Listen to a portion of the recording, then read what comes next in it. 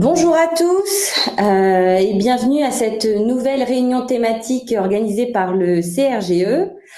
Donc aujourd'hui, la thématique les outils de la finance solidaire donc au service des groupements d'employeurs, qui va être présentée par Pascal Liège. Je vais te laisser te présenter, Pascal. Oui. Donc Pascal Liège, aujourd'hui je suis responsable du pôle ESS et financement dans l'association territoriale de France Active qui se situe sur l'axe région Poitou-Charentes. Voilà, et France Active donc est un partenaire privilégié du CRGE, d'où notre sollicitation pour qu'ils animent cette réunion thématique. Voilà. Alors l'idée c'est de vous présenter aujourd'hui le réseau mouvement France Active, alors plus largement sur peut-être au niveau national et avec un petit focus sur ma région. On va vous présenter, je vais vous présenter finalement les outils qu'on a pu développer et créer au sein de France Active. Donc je vais commencer par vous présenter le réseau. Ah oui. Pardon. Non, il n'y a pas de souci. Donc le réseau France Active.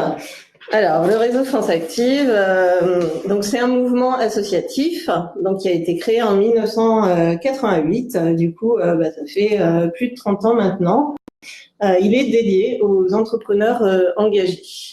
Donc France Active accompagne des entrepreneurs essentiellement sur leurs problématiques financières et à tous les stades de la vie de l'entreprise. On le verra tout à l'heure, ça va de l'émergence aux situations de rebond, de développement. Pour cela, on met à disposition des entrepreneurs engagés plusieurs modes de financement qui seront les plus adaptés. Donc, ça peut être des prêts solidaires, ça peut être des garanties d'emprunt. On leur permet aussi à ces entrepreneurs, alors on parle d'entrepreneurs, c'est aussi lié à la loi de 2014 de Benoît Hamon qui finalement a introduit cette notion d'entrepreneur, y compris pour les associations. Et donc pour les groupements d'employeurs. Et donc pour les groupements d'employeurs, puisque d'après ce que j'ai compris, vous êtes beaucoup à être sous forme associative. C'est ça. Enfin, il y en a quelques-uns qui sont sous forme coopérative, mais ça reste quand même à la marge. À la marge. Et donc on vous permet aussi en tant qu'entrepreneur d'accéder à un réseau d'acteurs économiques et sociaux. Donc, quand on parle d'entrepreneurs engagés, pour nous, ce sont des entrepreneurs qui ont une action finalement très positive sur la société. Donc, ça peut être évidemment et en premier au niveau de l'emploi, donc par la création, la sauvegarde des emplois. L'idée aussi, c'est bien de pouvoir intervenir sur votre territoire, donc soit sur des zones prioritaires, et vous verrez, on a des outils spécifiques pour les zones de revitalisation rurale, par exemple, ou les quartiers prioritaires de la ville. On agit aussi et on soutient les entrepreneurs qui s'engagent dans leur projet social, notamment en réduisant les inégalités, mais ça peut aussi être employer des personnes qui sont très éloignées de l'emploi. Évidemment, agir sur l'environnement, c'est une des préoccupations, je dirais, d'aujourd'hui, la plus importante, et notamment en favorisant les circuits courts, la valorisation de la production locale et la sensibilisation, évidemment, à toutes ces questions d'environnement. Et bien évidemment, on s'attache à la gouvernance qui, pour une association est importante également sur les coopératives avec des lucrativités bien évidemment limitées et une démocratie interne. Voilà ce que sont pour nous les entrepreneurs engagés. Alors, de quelle manière on agit ? Alors, on agit, comme je vous l'ai dit, sur différentes étapes du cycle de la vie de l'entreprise. Donc, on a, scindé ça en 5 phases. En fait, il y a la phase de l'émergence, donc avant la création. Vous avez la phase de création-reprise, de développement, de changement d'échelle et de rebond. Alors, pour vous expliquer très brièvement, émergence, on est bien sur un projet d'idées, en fait, où on va réaliser une étude de faisabilité, une étude d'action, La création, c'est quand vous êtes prêt à démarrer ou à reprendre une structure, mais dans votre cas, peut-être que ça existe moins, les reprises de GE. Et puis la phase de développement très classique, on a des petits exemples à la fin du PowerPoint, je vous expliquerai ça. Changement d'échelle, c'est quand vous, alors plus simplement, c'est quand vous changez d'échelle géographique, mais pas que, ça peut être un changement d'échelle au niveau de votre offre. Et puis rebond, c'est quand vous avez eu quelques difficultés passées et que vous êtes en phase plutôt de restructuration, et du coup, on peut également intervenir à ce moment-là. Donc notre offre, elle est très complète. On a une triptyque en fait qui se base sur le conseil, le financement et la connexion dont je vous parlais tout à l'heure. Donc le conseil, pour construire finalement une stratégie économique, on va vous aider à trouver des financements. Vous verrez par la suite, quand je vous expliquerai nos différents outils, qu'on n'intervient pas seul, et c'est aussi la force de nos outils, c'est de pouvoir faire effet levier avec d'autres partenaires financeurs que peuvent être les banques ou les collectivités territoriales, par exemple. Donc, on intervient, on vous aide à structurer en fait vos besoins financiers, peut-être à mieux les comprendre aussi et sans doute à mieux les expliquer, parce que c'est pas toujours évident quand on a des besoins de trésorerie, d'identifier l'origine de ces besoins. Donc ça, on sait bien faire, et puis on sait aussi quels outils de financement on peut mobiliser. Donc, en ce qui nous concerne, et je vous l'ai dit brièvement, on a des prêts, des garanties, quelques primes et des investissements en fonds propres. Et puis, effectivement, la connexion. L'idée, c'est de ne pas être seul. On a un réseau d'entrepreneurs là sur le Poitou-Charentes, mais je sais que ça existe sur d'autres associations territoriales. On va avoir aussi une plateforme qu'on va appeler, parce qu'on est en évolution perpétuelle au sein de France Active. On va bientôt avoir une plateforme, ce qu'on appelle une plateforme de l'entrepreneur, où il pourra y avoir des échanges entre vous. Alors après, ça sera pas forcément que des GE, mais c'est aussi l'intérêt, c'est de pouvoir échanger avec d'autres structures de l'économie sociale et solidaire et voir quelles sont un peu les problématiques de chacun et pourquoi pas les évolutions de chacun. En sachant que nous, au niveau du CRGE, il y a aussi une plateforme vraiment dédiée au groupement d'employeurs pour justement qu'ils échangent sur diverses thématiques, ils se posent des questions. Ça permet d'échanger avec ses pairs sur tout type de questions. Ok, parfait. Donc le réseau France Active, je vous disais, c'est un réseau national, donc il est présent sur toute la France. Donc il y a 42 associations territoriales. Donc vous verrez, mon PowerPoint, il est un peu structuré sur le Poitou-Charentes. J'ai mis quelques chiffres Poitou-Charentes, mais voilà, globalement, l'offre que je vous présente, c'est l'offre de base de France Active sur tous les territoires. Il y a effectivement quelques spécificités sur chacun des territoires, mais on y reviendra. Donc 42 associations territoriales, une association nationale qui coordonne notre activité nationale et qui porte 3 structures financières. Vous les verrez, vous les découvrirez dans la slide suivante. Donc le réseau, c'est 650 salariés, 2500 bénévoles et 130 points d'accueil. Voilà. Pour les jeux qui ne sont pas en Nouvelle-Aquitaine, du coup, s'ils veulent avoir les coordonnées de leur France Active, sur le site, il y a un site qui référencie toutes les coordonnées des France Active. En effet, il y a un site, d'ailleurs, je peux vous le donner, c'est www.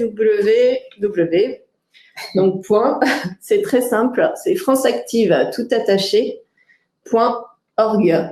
Et du coup, par ce biais, vous pouvez aller chercher vos contacts locaux. On le mettra sur le support, du coup, sur l'intranet. Comme ça, vous aurez aussi le lien au site directement. Merci, Pascal. Donc, 3 structures financières importées par l'association nationale, je vous en parlais tout à l'heure. Donc, notre société France Active Garantie, donc c'est grâce à elle qu'on peut proposer des garanties bancaires et faire effet levier auprès des établissements bancaires. Donc, on va garantir par ce biais les prêts bancaires.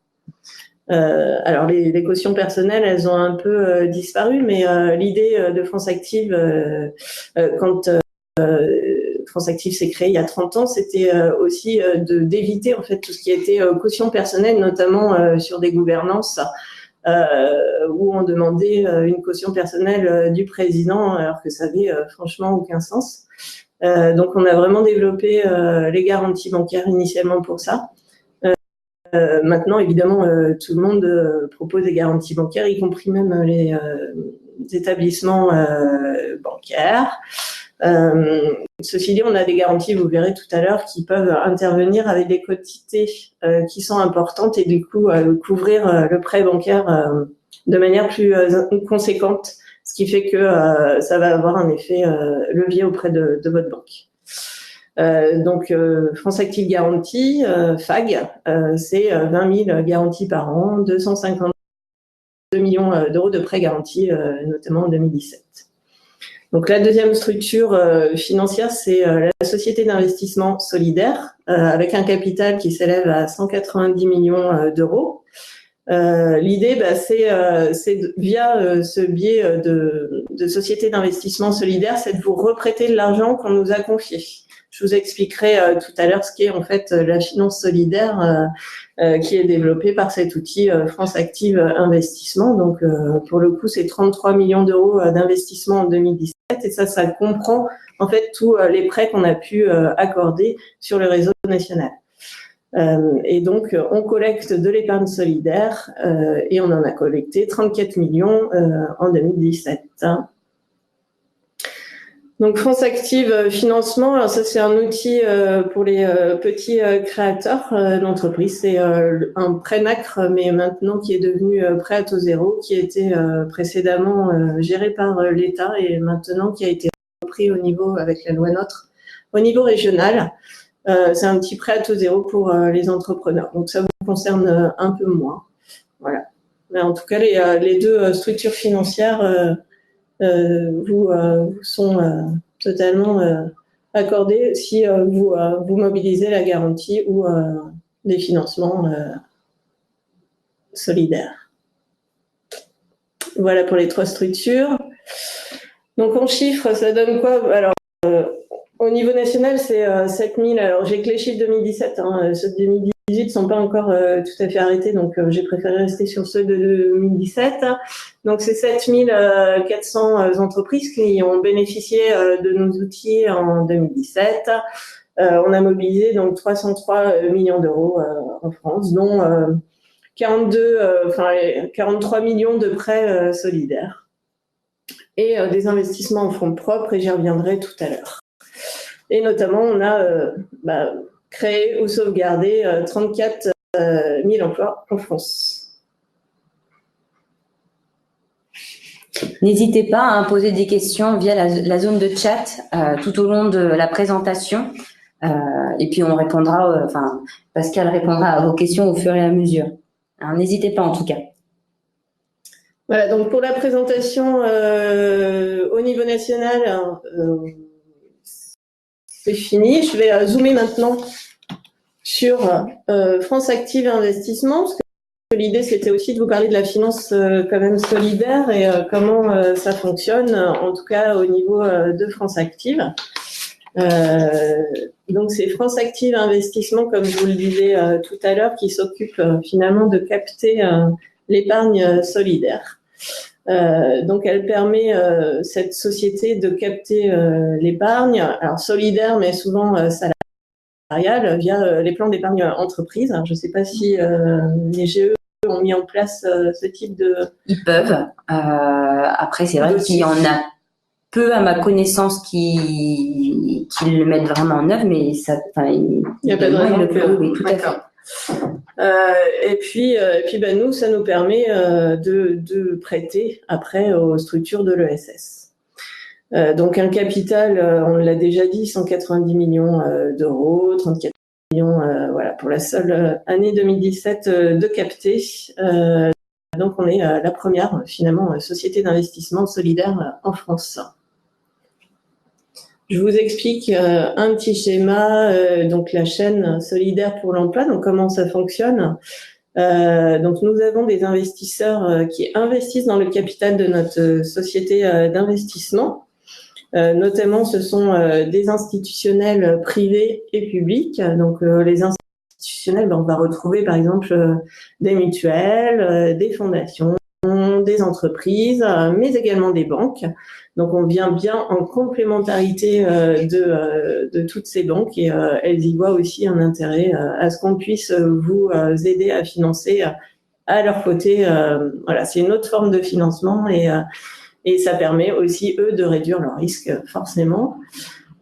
Donc on a le premier biais investisseurs institutionnels privés et publics. Donc public, on a la Caisse des dépôts qui a investi aussi au capital de France Active Investissement et on a également donc tous les petits épargnants via, je vous disais, l'épargne salariale essentiellement, mais pas que, puisque via ces plans d'épargne salariale, par exemple, ou plan d'épargne retraite, plan d'épargne, les PEE, entreprises, ils peuvent investir sur un fonds commun de placement. Et du coup, ce fonds commun de placement est géré par des spécialistes. Notamment, on en a un qui s'appelle le fonds commun de placement de l'insertion par l'activité économique et qui est géré par Mirova. Mirova, derrière,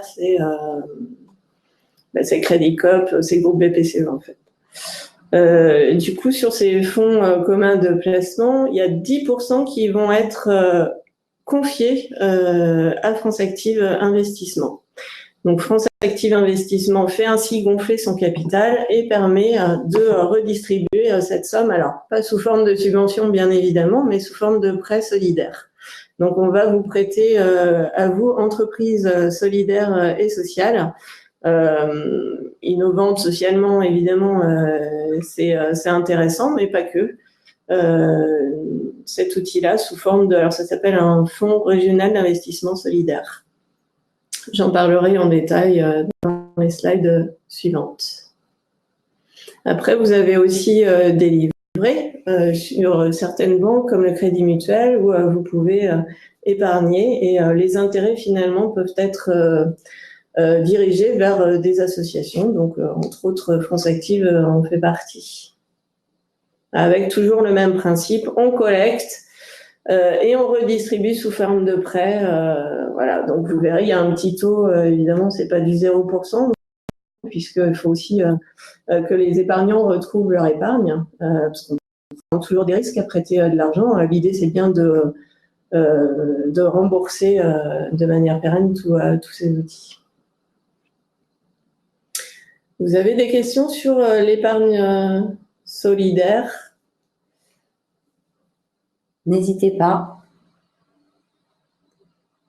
Non? Bon, bah écoutez, je vais continuer.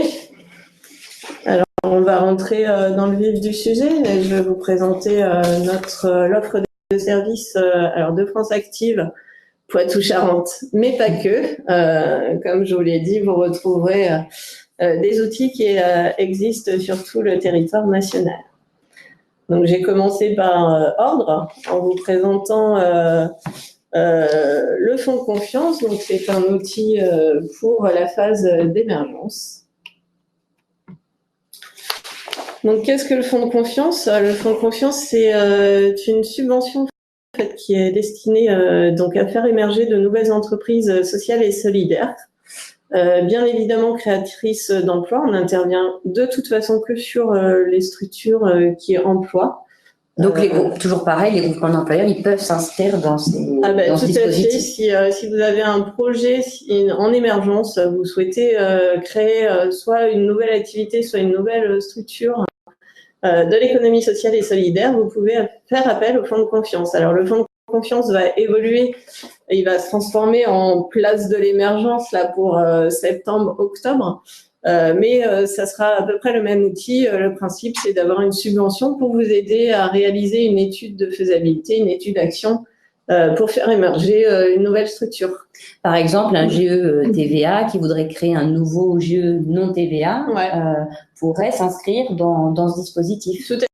Jusqu'à maintenant, d'ailleurs, il fallait une structure qui porte la personne, parce que l'idée, c'est de vous allouer une subvention, mais c'était une subvention qui devait financer en fait le poste d'une personne qui allait réaliser l'étude de faisabilité. La personne qu'on appelle porteur de projet est censée, au terme, devenir un peu le dirigeant finalement de la nouvelle structure, ou en tout cas celui qui va porter la nouvelle activité, si jamais, ou la nouvelle filiale, parce que le cas aussi peut se présenter. Alors on intervient en cofinancement, on n'intervient jamais seul, hein, toujours les mêmes principes de base pour France Active. Voilà, la subvention, elle est au maximum de 20 000 euros, et donc avec un cofinancement qui peut être équivalent ou supérieur, bien évidemment.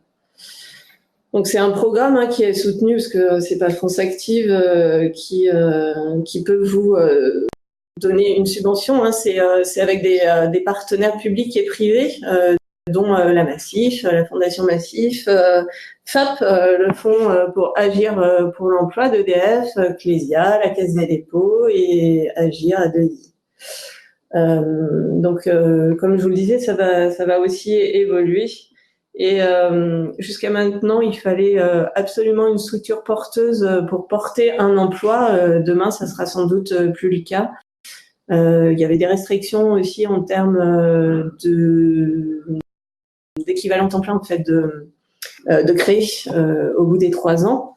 On souhaitait qu'il y ait un minimum de 5 ETP à 3 ans. Je pense que le nouvel outil va évoluer. Mais toujours est-il que très peu de structures peuvent vous aider sur la phase d'émergence, y compris les fondations. Les fondations, elles sont surtout, en général, sur le développement ou sur l'investissement de matériel, et très peu finalement sur les études de faisabilité et les études d'action. Donc aujourd'hui, on est un peu seul à le faire, voilà, et en complémentarité avec des collectivités territoriales qui vous permettraient d'avoir une visibilité en fait sur le territoire.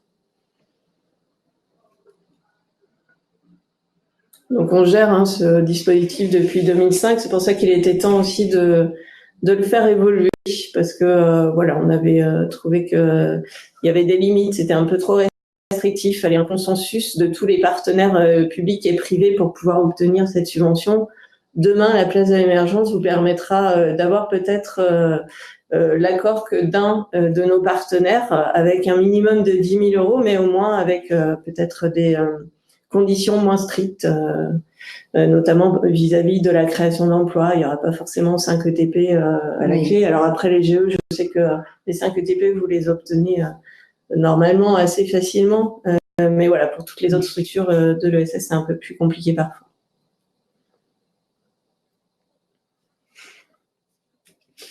Des questions, n'hésitez pas.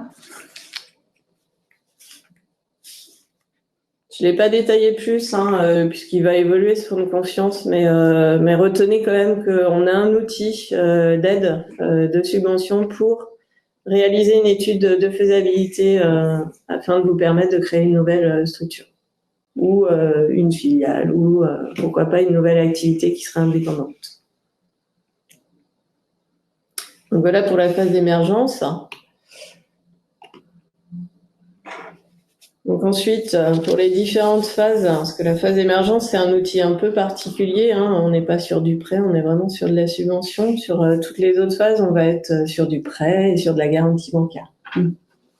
Donc pour les phases de création, reprise, développement, changement d'échelle, rebond, je vais vous présenter les différentes garanties qui sont à votre disposition. Donc on a une garantie qu'on appelle finalement une garantie de base, qui est la garantie impact. Donc elle s'adresse à toutes les structures de l'ESS ou les TPE ayant un impact positif donc sur la société, parce que c'est pareil, la loi de 2014 a introduit largement la place à des structures économiques avec un statut juridique très classique, mais avec voilà, un impact positif sur la société. On l'a vu, ce qu'on appelle nous les entrepreneurs engagés, avec l'emploi, le territoire, le projet social, l'environnement, la gouvernance. Donc en création, on va pouvoir intervenir. Excusez-moi, parce que j'ai l'impression que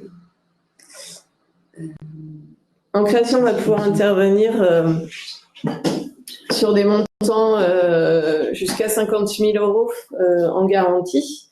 En fait, il y a deux choses à bien repérer dans les garanties bancaires. C'est alors notre maximum, mais on sera là pour vous l'expliquer quoi qu'il en soit, mais c'est surtout la quotité de la garantie maximale qui est intéressante. Hello. Excusez-nous. Et notamment... c'est vrai, on ne voyait pas les questions. Voilà, c'est mieux. Les avis des banques. Excuse-nous, Pascal. Voilà. Petit raccord technique. Donc oui, il y avait bien des questions donc par Stéphane du CRGE. Le fonds de confiance existe-t-il sur tous les territoires? Alors oui, le fonds de confiance, c'est un outil qui est national. Alors certaines associations territoriales l'ont internalisé, donc ont été chercher des sous sur leur territoire et ont un comité, puisque tous nos outils passent devant un comité d'engagement, ont un comité territorial. Pour notre part, Poitou-Charentes, et pour le cas de beaucoup d'associations territoriales, on a un comité qui est national, donc c'est bien un outil national. Donc vous le retrouverez partout. L'idée, c'est de présenter une note de synthèse que vous alliez présenter vous-même votre projet devant un jury qui est national, donc à Paris, ou en visioconférence, ça dépend des possibilités de chacun. Et du coup, oui, c'est bien un outil que vous allez retrouver partout. D'accord. Et où trouver cet outil d'aide? C'est une question de Sylvie Dry. Alors, cet outil d'aide de fonds de confiance, que dans les associations territoriales de France Active, hein, puisque c'est un outil qui a été créé avec des partenaires, vous avez vu, privés. Donc, quoi qu'il en soit, on est les seuls à le porter. Donc, il faut vraiment se rapprocher de l'association territoriale via le site internet qu'on vous a donné par voie orale tout à l'heure. Et qu'on vous communiquera, oui. On sera sur le support sur l'intranet. Par la suite. D'ailleurs, sur le site internet de France Active, vous allez retrouver toutes ces phases, les différentes phases de vie de l'entreprise. Et il suffit de cliquer sur la phase qui vous intéresse et puis après, vous aurez les interlocuteurs qui vous concernent. Donc, je reprends sur les garanties bancaires donc de France Active. Donc, 3 garanties essentiellement qu'on va retrouver sur les structures de l'ESS. Donc, la garantie de base, garantie impact, où on peut intervenir. Alors, vous l'aurez compris, hein, les banquiers, ce qu'ils souhaitent, c'est avoir une couverture maximale sur leurs prêts bancaires. Donc, du coup, on a des quotités qui peuvent aller au maximum à 65%, voire 80% sur certains outils, puisqu'on a développé un outil spécifique, territoire, je vous le disais en introduction, sur les zones de revitalisation rurale et les quartiers politiques de la ville, où on va pouvoir intervenir au maximum à 80%.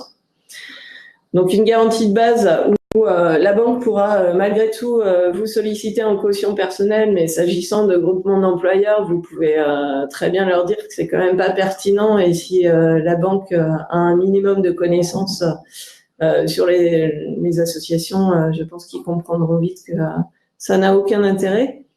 Par contre, en co-garantie, ils pourront toujours prendre des garanties, ce qu'on appelle des garanties réelles. Si jamais on doit financer avec un prêt bancaire, vous devez, financer avec un prêt bancaire du matériel, peut-être qu'ils seront amenés à proposer un nantissement pour compléter la garantie qui peut-être leur semblera insuffisante.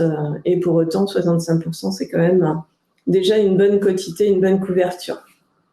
Donc avec des maximums de garantie, je vous le disais tout à l'heure. En création, donc on est à 50 000 €. En reprise, développement, changement d'échelle et rebond, on peut intervenir jusqu'à 100 000 € maximum. C'est juste que pour que vous les ayez en tête, mais n'hésitez pas à nous contacter. On négocie en fait avec la banque.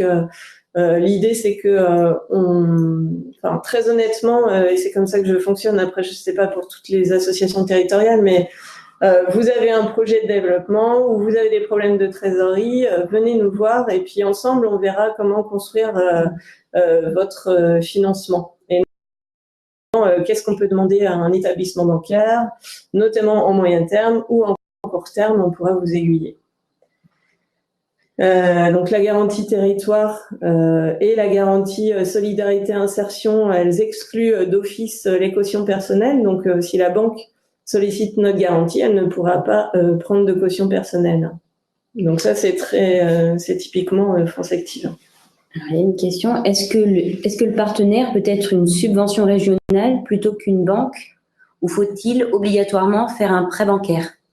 Alors en ce qui nous concerne et au niveau national, les cofinancements peuvent être tout à fait soit des établissements bancaires, soit des collectivités territoriales. Moi, j'interviens beaucoup avec le service ESS de la région Nouvelle-Aquitaine, pour le coup, où on intervient très souvent en cofinancement. Voilà, ils sont sollicités, ils peuvent apporter une subvention à votre demande. Alors souvent c'est du matériel, mais pas que, ça peut être du développement, du fonctionnement. Et nous, on vient cofinancer cette subvention. Alors après, on n'est plus sur une garantie bancaire, parce que là, je vous présente les garanties bancaires qui sont uniquement, évidemment, pour garantir un prêt bancaire. Mais après, je vais passer aux outils de financement, et vous verrez que effectivement, on peut intervenir en cofinancement avec tout type de cofinanceurs, finalement. Donc voilà, vite fait, quand même une garantie solidarité insertion. Alors elle, c'est essentiellement pour les structures de l'insertion par l'activité économique et du handicap. Du coup, on a des outils qui interviennent sur des montants bien plus importants. C'est vraiment voilà, une activité, un public en fait qui nous tient à cœur. Je passe tout de suite aux outils de financement, peut-être qui parlent un peu plus. Donc nos prêts solidaires. Voilà, donc on y vient. Trois outils principaux en fait des associations territoriales. Alors vous verrez, en fonction de votre territoire, vous aurez peut-être des outils en plus de cela, mais ça peut pas être en moins. Ça, c'est vraiment les outils de base de France Active au niveau national. Après, certaines associations territoriales ont développé avec leur collectivité des outils un peu spécifiques. Voilà. Donc là, on retrouve un fonds d'amorçage donc associatif qui est essentiellement pour la phase de création. Donc après la phase d'émergence, on va décide de créer un nouveau GE, donc sous forme associative. Vous n'avez pas de trésorerie au départ, les fonds associatifs sont à zéro, on peut vous apporter de la trésorerie.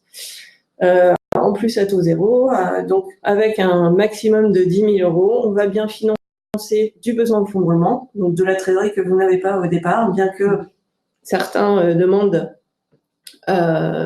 des garanties. Mais voilà, là on est vraiment sur un outil à taux zéro qui est remboursable in fine, c'est-à-dire qu'on va vous laisser le temps pendant 1 an, voire 1 an et demi, de développer votre propre trésorerie.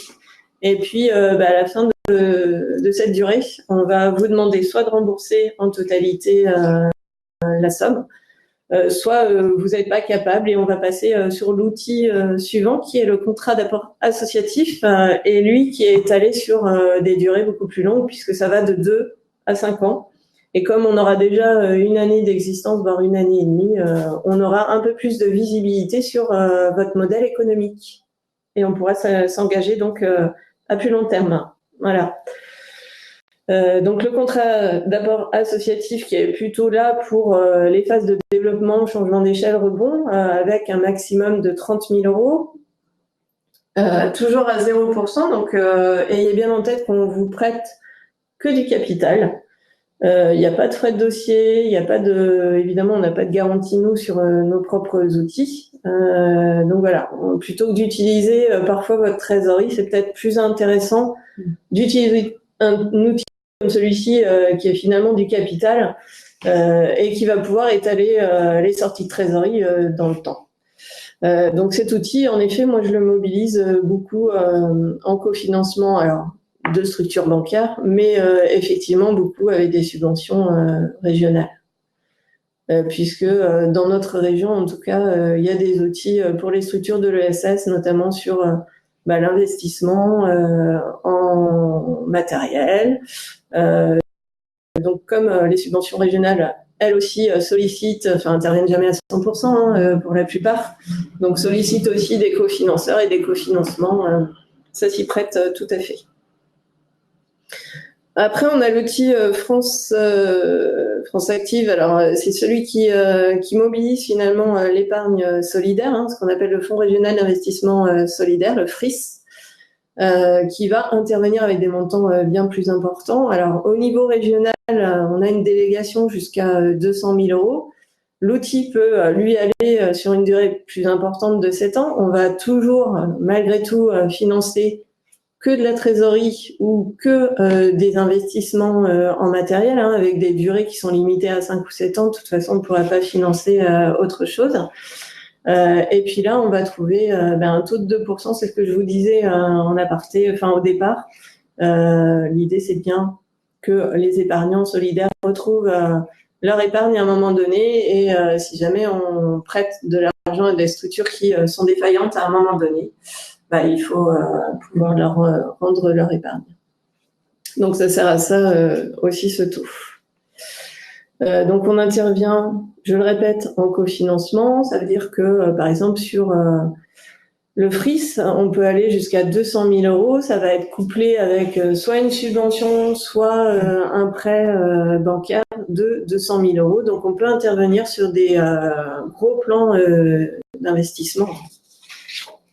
Moi, je suis intervenue sur des plans d'investissement de plus de 1 million d'euros parce que finalement, on avait un investissement immobilier. Mais quand vous avez des investissements immobiliers, il y a aussi souvent des investissements mobiliers. Et puis surtout, quand on a un projet finalement de développement ou de création, il y a toujours des besoins de trésorerie. Donc, on pense en premier toujours à l'investissement, au financement du matériel, mais il y a toujours de la trésorerie qui va être nécessaire à un moment donné pour développer votre activité. Donc, et ça, faut pas l'oublier. Donc, au niveau national, on pourra intervenir jusqu'à 1,5 million. Pour vous dire, les montants peuvent être très importants.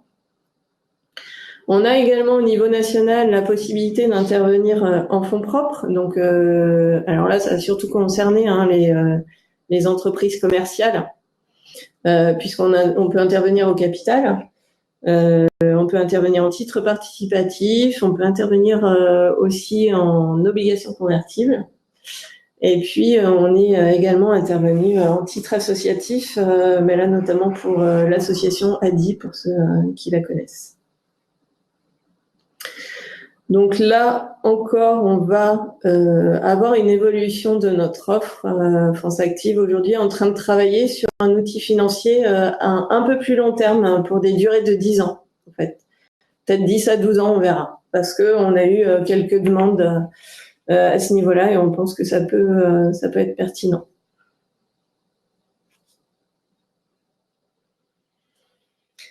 Donc j'ai fini de vous présenter tous les outils que vous pourrez retrouver sur tous les territoires où France Active est présent, mais c'est sur tout le territoire national, quoi qu'il en soit. Ça, c'est les offres de base. Vous aurez la possibilité de mobiliser peut-être d'autres outils avec d'autres associations territoriales. Donc n'hésitez pas à vous rapprocher d'eux. Le principe de nos outils, je le répète encore une fois, c'est bien de pouvoir mobiliser d'autres financeurs. Voilà. Et parfois, ça peut être plus facile que d'autres, mais quand vous êtes en situation de rebond, de restructuration, je sais que les financeurs, les cofinanceurs, que ce soit des banquiers ou des institutionnels, aiment avoir aussi notre regard complémentaire sur vos structures et en ça, on peut vous aider à vous reconstruire. Un changement d'échelle, c'est pareil, c'est pas toujours facile. Les besoins de financement peuvent être très importants et un mauvais calibrage dès le départ peut être aussi fatal. Donc, attention et n'hésitez pas à nous solliciter. Des questions, n'hésitez pas.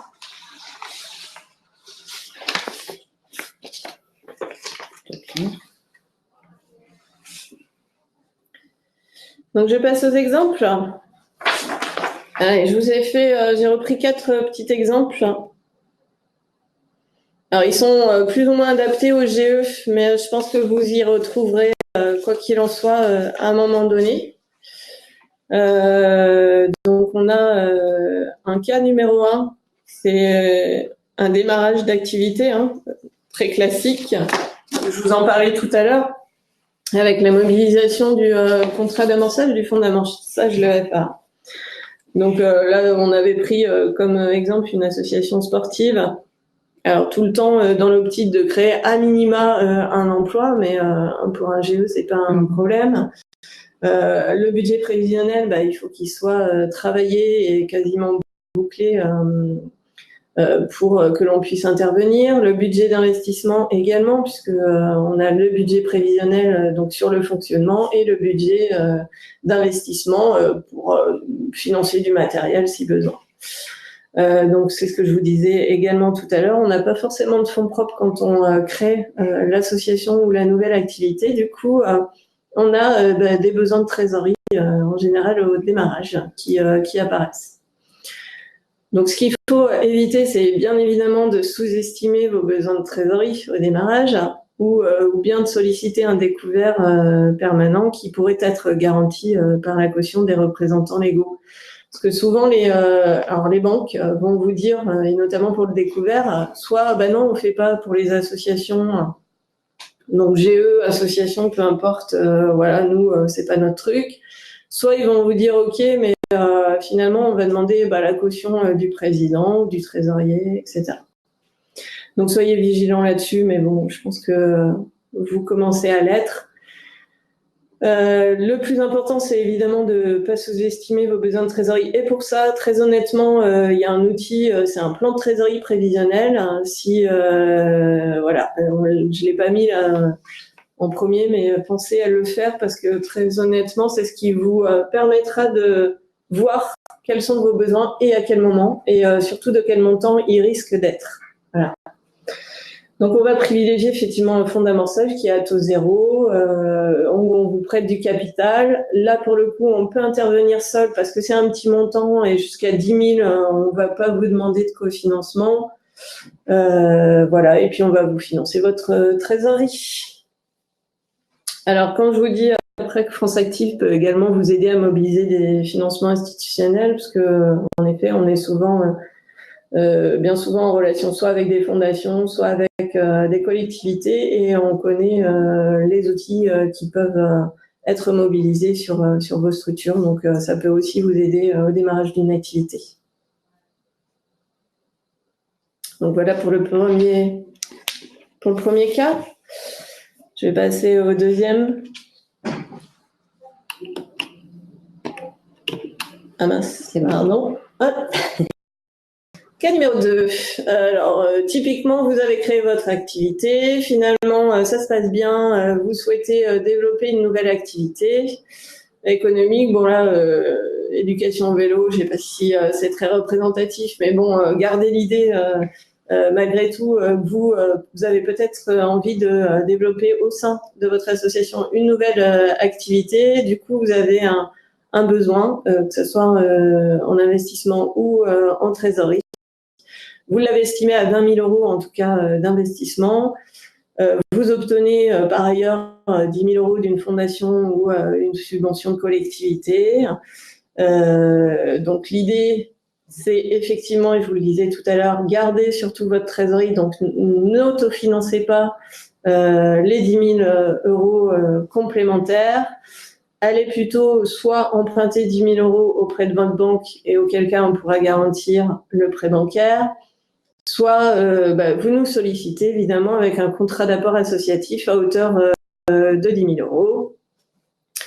Et puis, si vous avez des besoins de trésorerie, parce que là, on a vu que 20 000 euros, c'était uniquement pour l'investissement, mais si voilà, cet investissement et ce développement de nouvelles activités génèrent des besoins de trésorerie, on pourra tout à fait coupler l'intervention par une triptyque, et ça, je le fais très régulièrement, où vous allez trouver 10 000 euros de fondation de subvention, 10 000 euros de prêt bancaire, qui vont, ces deux-là, financer finalement vos investissements, et on va, nous, intervenir à 10 000 euros, pourquoi pas, sur du BFR, parce que la banque aime pas se positionner sur des besoins de trésorerie, et que les investisseurs, les subventions, c'est pareil, se positionnent plus facilement sur de l'investissement.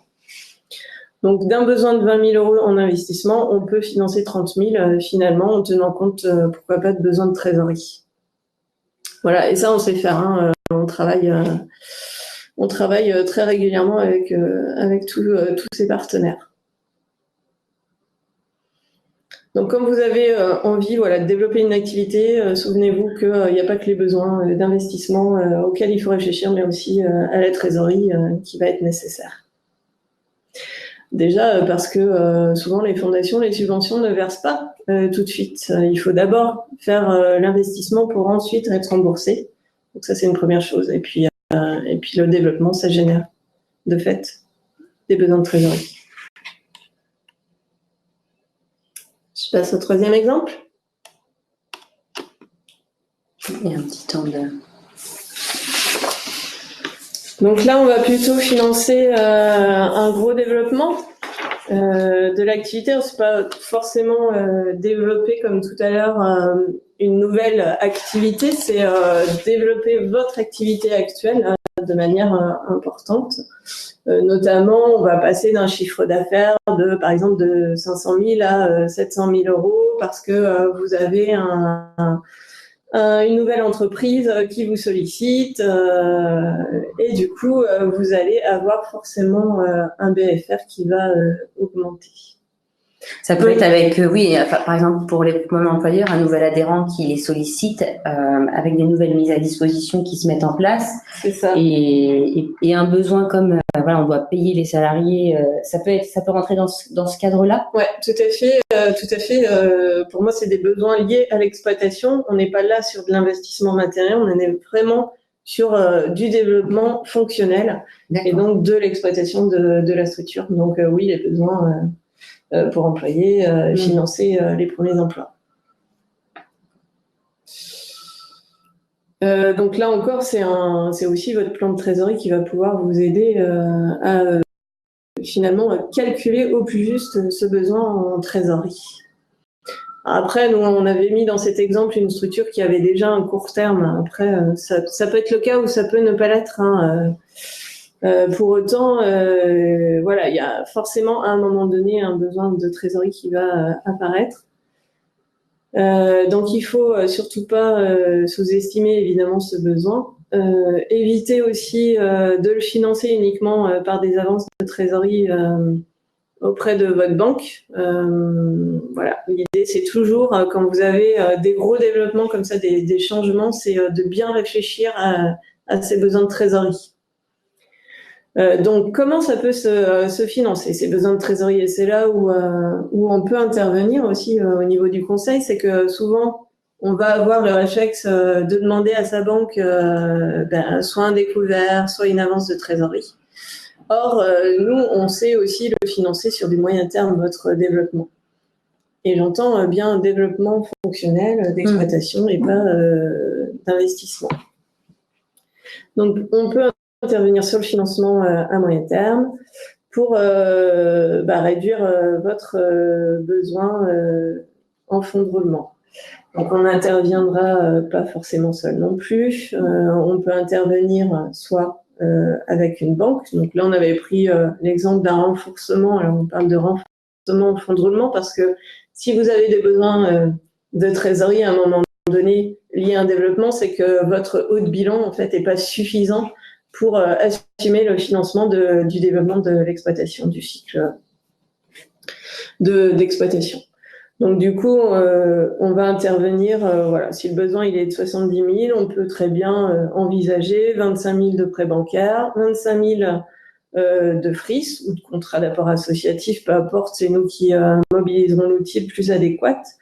Et puis, si vous avez mobilisé une subvention exceptionnelle, hein, parce que ça peut arriver aussi, il y a des collectivités qui peuvent vous soutenir soit dans le développement de votre activité sur le fonctionnement, et ça arrive, même si elles interviennent plus sur l'investissement, ça peut être le cas. Par exemple, en Nouvelle-Aquitaine, il y a un soutien au groupement d'employeurs avec des aides qui sont versées quand ils embauchent des nouveaux salariés. Ça pourrait se coupler avec ce genre de dispositif. Tout à fait. Par exemple, un GE qui veut recruter un nouveau permanent, plutôt sur un profil commercial pour développer le GE.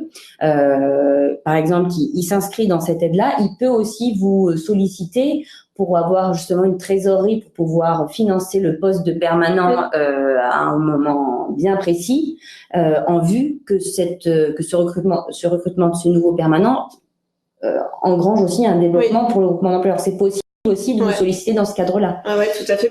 Ça répond finalement à ça. Alors effectivement, derrière, il faut, de toute façon, quand on intervient sur du plus long terme, il nous faut, quoi qu'il en soit, un budget prévisionnel qui va permettre de valider en tout cas votre développement. Alors effectivement, si vous recrutez un permanent pour développer l'activité, c'est de voir dans quelle mesure ce permanent va pouvoir développer suffisamment d'activités pour rembourser un prêt solidaire pour notre part, mais vous l'avez vu, il n'y a pas d'intérêt, donc c'est plutôt intéressant. Et puis, en complémentarité de l'aide effectivement que la région va pouvoir vous apporter. Oui, il faut que tout ça soit bien clair, c'est-à-dire qu'est-ce que ça va apporter au groupement d'employeurs en matière de développement et de finances, pour que ensuite vous puissiez valider le projet. Oui, parce que de toute façon, quand vous vous engagez sur un prêt, même si il n'y a pas d'intérêt, ça reste un prêt, ça reste un engagement et des remboursements à réaliser. Donc effectivement, l'idée c'est que la nouvelle activité génère suffisamment finalement de résultats pour pouvoir rembourser tout ça. L'idée aussi, de toute façon, quand vous développez votre activité, c'est malgré tout. Alors, on parle d'excédent. Je vais faire une petite parenthèse. Les associations doivent faire évidemment dégager des excédents pour renforcer leurs fonds propres. Souvent, les institutionnels vous demandent des budgets qui sont équilibrés, mais pour autant, vous devez générer des excédents, ne serait-ce que pour réinvestir continuellement dans l'association. Et puis vous permettre de financer de votre trésorerie vos besoins réguliers et quotidiens.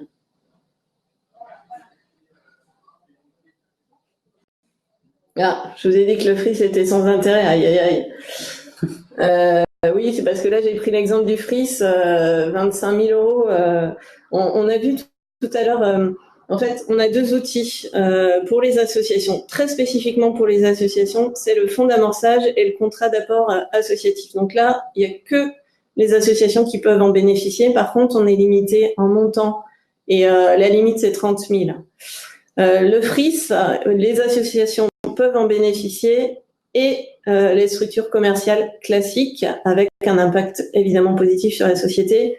Mais du coup, on est sur des montants qui vont jusqu'à 200 000 €.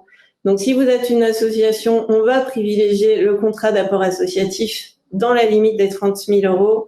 Si vous êtes une entreprise commerciale, on vous proposera directement un FRIS, puisque c'est le seul outil qui sera mobilisable.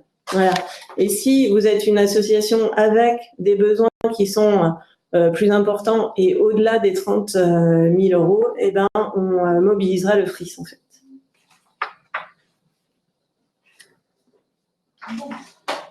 Donc là, dans l'exemple, j'avais mis FRIS, mais on aurait pu mettre contrat d'apport associatif. Voilà.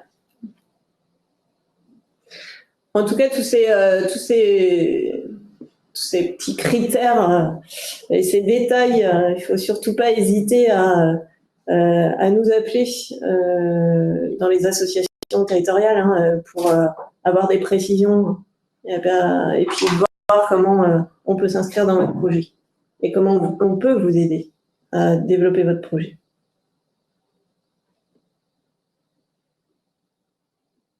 Donc voilà pour l'exemple du développement hein, qui est somme toute très classique. On va passer peut-être au dernier cas. Donc un cas de restructuration, ce qu'on appelle rebond aussi. Du coup, c'est le cas pour une association qui aurait subi finalement plusieurs exercices déficitaires, qui réduit ainsi ses fonds propres. Depuis le début, je vous dis que les associations, elles débutent leur activité sans fonds propres. Donc voilà, soit elles arrivent à développer, à faire des excédents, elles renforcent leurs fonds propres, et tant mieux. Et il y a un moment donné où effectivement, il y a du moins bien dans la vie d'une association comme dans toute entreprise, où on va générer des déficits. Ce qu'il ne faut pas, c'est que ça soit des déficits qui soient chroniques. Donc peut-être que dès que vous voyez les déficits arriver, essayez de prendre des mesures. D'abord de comprendre à quoi il est dû. Ça peut être des éléments qui sont exceptionnels, hein, ça arrive à toute structure. Après, si ça s'installe, c'est que le problème il est bien plus profond et auquel cas il va falloir restructurer et voir ce qui va pas. Donc là, par exemple, un GE qui perd un gros adhérent avec qui employait pas mal de salariés en temps partagé et qui du coup se retrouve dans des difficultés financières. Là, c'est pareil, il peut s'inscrire dans tout ça avec des éléments chiffrés, mais il peut s'inscrire dans le cadre de ce dispositif, par exemple. Ouais, tout à fait. Après, il faudra pouvoir justifier du rebond et donc de dire voilà, il y a un élément exceptionnel qui est arrivé, j'ai perdu un gros client. Adhérent. Qu'est-ce que je fais pour rebondir donc après, il faut soit redimensionner, et c'est ce que on va plutôt vous conseiller, c'est de redimensionner la structure et le projet associatif, c'est-à-dire stabiliser finalement l'activité, et puis ensuite vous pourrez repartir sur un développement, parce que parfois on a tendance, quand on perd comme ça un gros adhérence, et c'est de dire faut tout de suite que je développe, que je retrouve. Alors oui, de toute façon, faut y penser, ça c'est certain, mais il faut quand même essayer de se restructurer et de repartir sur des bases après un peu plus saines. Donc là, vous allez avoir forcément des besoins de financement. On pourra nous intervenir. Alors, j'ai positionné là un exemple sur un besoin de fonds de roulement de 20 000 euros, mais parfois ça peut être plus important. Donc, on va mobiliser d'autres outils. Souvent, c'est la banque qui va pouvoir vous aider. Après, je sais que en Nouvelle-Aquitaine, le service ESS a un outil pour les structures qui sont en difficulté et notamment de manière exceptionnelle en fait. Donc, ils vont pouvoir intervenir aussi à nos côtés. On le fait sur d'autres structures de l'ESS où on intervient ensemble en cofinancement pour des besoins de trésorerie liés à un élément qui a été très exceptionnel. Et souvent, c'est la perte d'un gros marché, très typiquement. On peut aussi vous aider avec le dispositif local d'accompagnement, le DLA. Je pense que sur tous vos territoires, le DLA est présent. Beaucoup de DLA sont portés par les associations territoriales France Active. Alors, c'est le cas pour nous au niveau du Poitou-Charentes. Donc, dès qu'on voit qu'une structure a des difficultés comme celle-ci, on peut les faire intervenir. Ils vont vous aider à vous reconstruire et après, on pourra financer cette reconstruction.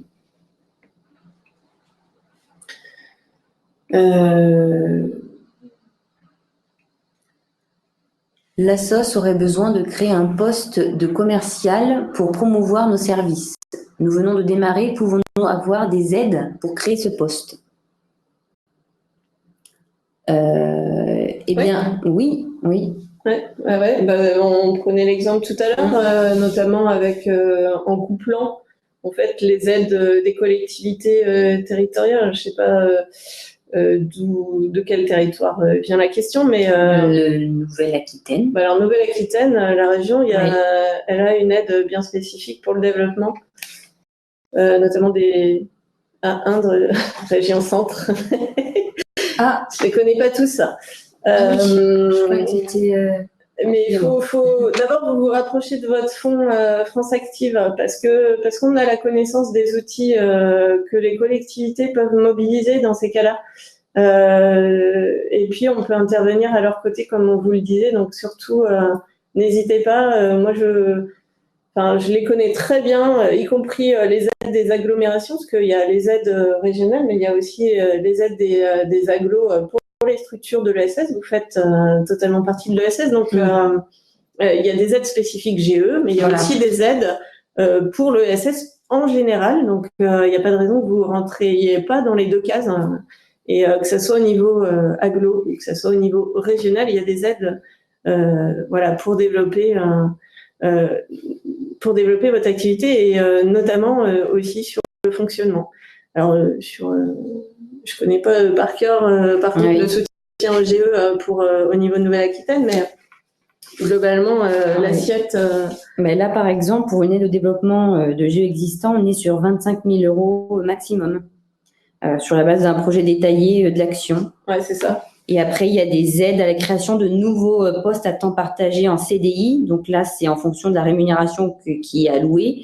Il y a des aides qui peuvent aller de 2 000 à 3 000 € par rapport, à chaque contrat. Bon, il y a des conditions particulières, hein, en sachant que le soutien au groupement d'employeurs, les guides des aides, vous pouvez le retrouver, il me semble que sur notre espace intranet, on a un lien sur le sujet où tout simplement vous tapez soutien au groupement d'employeurs Nouvelle-Aquitaine et vous allez retrouver le guide des aides. En sachant que Étienne Lechat, l'un de nos juristes, est aussi un interlocuteur s'agissant de ce soutien au groupement d'employeurs. Donc, il ne faut pas hésiter à nous solliciter en Nouvelle-Aquitaine sur le sujet. Et comme disait Pascal, normalement, les France Actives des autres territoires ont la connaissance de toutes les aides à l'emploi ou autres qui peuvent exister en territoire. Donc, notamment pour vous, Sylvie. Hein?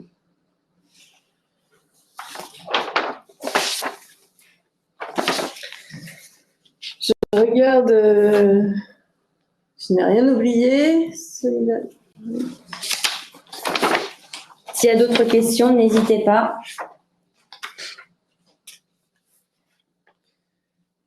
Du coup, pour le territoire de Nouvelle-Aquitaine, on est 3 associations territoriales. Donc il y a France Active Limousin, France Active Aquitaine et France Active Poitou-Charentes, avec une collectivité régionale qui est identique. Donc on se connaît très bien. N'hésitez pas à les solliciter. Oui. Donc là, c'est les coordonnées, c'est ça, de France Active, d'accord, dans l'Indre. On a à peu près les mêmes outils avec l'Indre. Enfin, ils portent beaucoup de choses en Indre. Les réseaux initiatives, BGE, etc. Des questions ?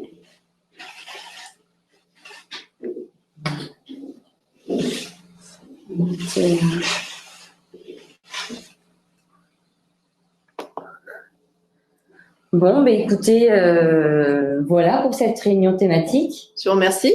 Merci Pascal pour ton intervention. Voilà, on a appris encore plein de choses et écoutez, une bonne journée à tous. Donc voilà, n'hésitez pas à nous solliciter si vous voulez aussi plus d'informations ou à solliciter les France Actives de vos territoires pour avoir des interlocuteurs dédiés. Et je vous dis à la prochaine fois. Alors prochain événement, attention à noter, c'est notre séminaire national qui va avoir lieu donc le dernier week-end du mois de juin à Hendaye, qui va porter sur la formation professionnelle, levier incontournable de performance pour les GE. Donc il y a encore des places qui sont disponibles. Donc n'hésitez pas à vous inscrire sur notre espace internet où vous avez dû tous recevoir un mail justement avec le programme de ces 2 jours de séminaire. Il y a le lien d'inscription qui est joint, donc n'hésitez pas. Donc voilà, une bonne journée à tous.